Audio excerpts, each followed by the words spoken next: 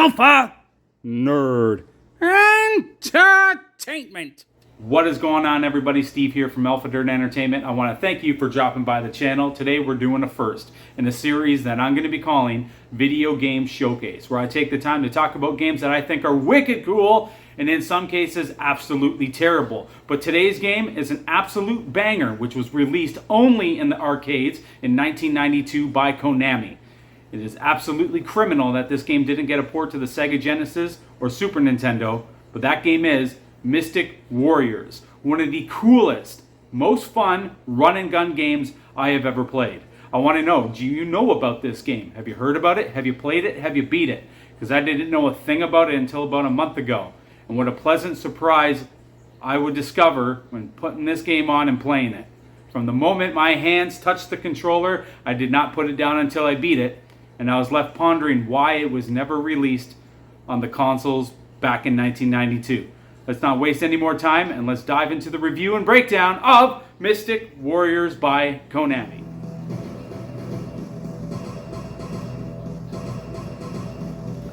Well, I think it's pretty obvious that that is a ripoff of the Terminator theme. Let's be real. Well, it's more or less the same old song and dance when it comes to these old retro video games. Here we have the Skull Enterprise. Essentially the Foot Clan, if you will, but they got a pretty cool temple, don't they? Well, what do they want to do? Same thing everybody wants to do. Pinky, try to take over the world. Yeah, the whole Pinky in the Brain trope, right? Every villain just looking for world dominance. It's a good shtick. It's a good trope. And here we have a wicked-looking temple. Well, you get to choose from 5 ninjas. Well, one of them is an absolute joke, in my opinion. Well, basically his name is not the name of a ninja, and that's Brad! This is Mystic Warriors by Konami. Okay, well, you got 5 ninjas to choose from. I like to make sure that Brad gets kidnapped because I just find the game a whole lot funnier when that happens. Here comes Electrohead taking him away. Skull captured your friend! Kinda cringe, but awesome. Brad! Get used to hearing that. It's hilarious and it's awesome. As we storm the streets here in Japan, flinging ninja stars all over the place, you're going to immediately recognize that that display up above looks a lot like Sunset Riders. Does it not? As I grab this screen clearing attack, blowing absolutely everybody away.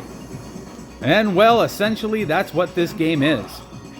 It is Sunset Riders, only with Ninja Warriors in Japan. And do you know what my honest opinion is? This game is a lot more fun, with better level design, cooler bosses, and also that melee attack right there. With a kick or sword slash, it really provides a lot to the gameplay. And also, you can get a shield, just adding that much more as I grab it right now. It just adds a whole lot of variety to the game, and it's absolutely engaging and awesome. But wait, what is this? What are they watching at the drive-in theater? Is that Steve from Sunset Riders? You fucking betcha it is. As this transport truck comes barreling down on a gas station, blowing everything to all hell, and we face the first level boss. How awesome is this? Well, pretty awesome boss music, pretty simple first level boss, but something's a little unsettling. Something's just not sitting right with me.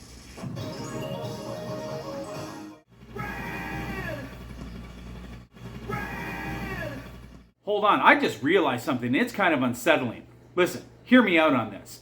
If they're watching Sunset Riders on the big screen at the movies, that means in the Mystic Warriors reality that Sunset Riders is fictional. Well, in my reality, Sunset Riders was a video game, and it was also fictional.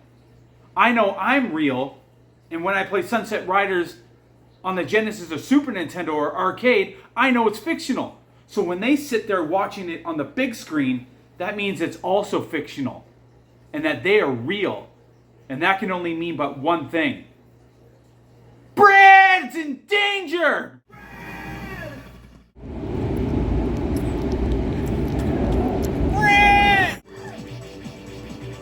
Okay, well, if you weren't motivated at the start of the game, I'm sure as hell motivated now to save Brad. Boom goes the dynamite as they blow up that snow lodge there at the top of the mountain for what is the absolute coolest level I have ever played in a run and gun. Well, maybe not the coolest, but it's pretty goddamn badass as you ski down the mountainside, shooting skiers and snowboarders and snowmobilers all over the fucking place.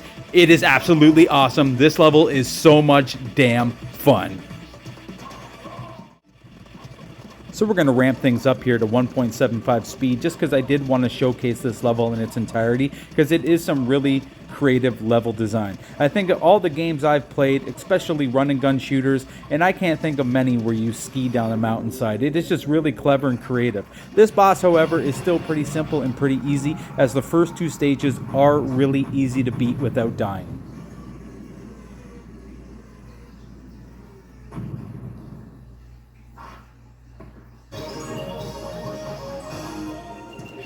Well, more or less skipping stage 3 here, which is pretty much a water level where you fight a boss and stay underwater for way too long without gasping for air. This level is definitely where the game starts to ramp up the difficulty. Not one of my favorites, but the next level, sure as hell, is as you ride a raft here in stage 4. Down the river, shooting motorcycles, pretty similar to stage 2, I suppose, when it comes to level design, but man, is it wicked. I like how it pans from the top to the bottom, kind of allowing you to fight and interact with both the foreground and the background. Shooting a monster truck from a raft. It should be noted that you can go into the water as well for protection. The game also has a slide, just like Sunset Riders, allowing you to dodge and evade enemies. So we fought our way out of those rapids, and we're here on solid ground, working our way through the level towards a very cool end boss. And let me tell you, I call him Electro Head as I use the screen clearing attack here, which I think are kind of pointless because they're few and far between in the game. But tell me that Electro Head's helmet doesn't look just like Electro's mask. Kind of strange.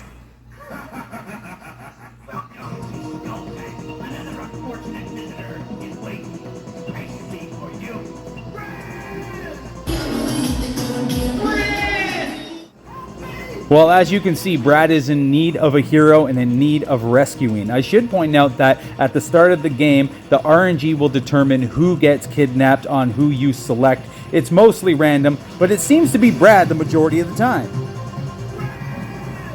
No fucking way the game has screamed Brad one more time. Oh my god.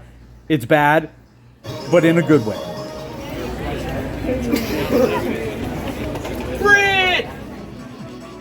I don't know, maybe I'm a bit of a moron, but I just find that hilarious. And I tell you, it's 7 times that the game screams Brad. And sure, if a different character got kidnapped, they would scream their name as well. And I've heard it, but it's just nowhere near as funny as we are facing a ridiculous cool and relatively hard boss here in stage 5.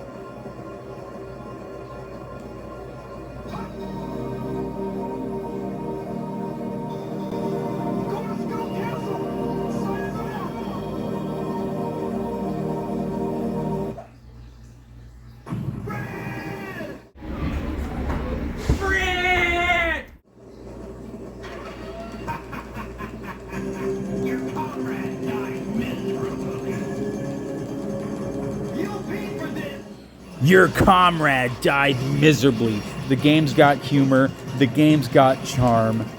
It's pretty sweet. Now that I've used my first continue, I'll admit for my third playthrough here, I decided to put it on easy because I wanted to have a seamless, quick, clean playthrough, well, the best of my ability. I did, however, adjust the dip switch settings to give myself an extra hit point. On the base setting, you'll have 3 hit points before you die. I have changed that to 4. As those clouds whip on by, and it looks really cool, we got a really awesome boss fight. I should point out that you need to kill all 3 of these people to finish the level. And it looks hilarious when they all go flying into the sky.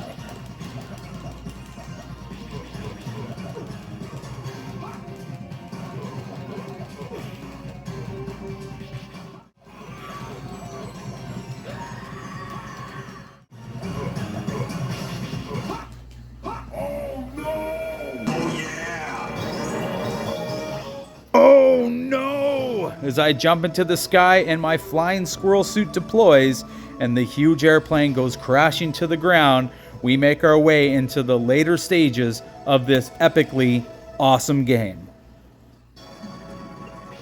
So at this time, I'm going to do the Rapid Fire GamePro Magazine review. The graphics are bright, they're colorful, they look really good. I'm going to give them a 4 out of 5. Its sound is a little bit forgettable. Its boss music, however, is excellent as I fight Electrohead here. Its music is good, but not outstanding. Also, 4 out of 5. Its controls are the best part of this game, as it provides a slide attack, a up-close, two-formed melee attack, and everything else is absolutely tight. 5 out of 5 for controls. And its fun factor, well, look at all these different bosses that I am facing, and they all look absolutely wicked. Its fun factor for sure is a 5 out of 5, as I now blast my way through a final door to approach a Weasley little end boss. I'm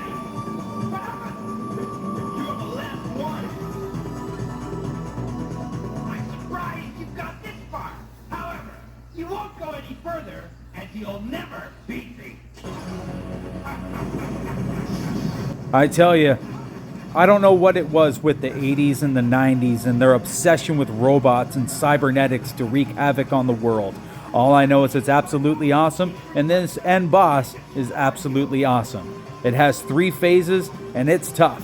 I've beaten the game twice on normal and once on easy, and I imagine a 1cc or a no death run is definitely possible. I don't know if I'll ever take the time to do it, but I think you should at least take the time to play this game. It is really, really good and a whole lot of fun, and I'd like to call it a hidden gem. If you haven't played Mystic Warriors, you should do yourself a favor and play it. Well, everybody, that is Mystic Warriors. You knock that robot motherfucker all the way down to the bottom, and it causes a tidal wave to splash a good 100 feet in the air to the top of that temple that is on fire. But how is it on fire if water just splashed all over it? I don't know, but the game felt it necessary to scream Brad 2 more times.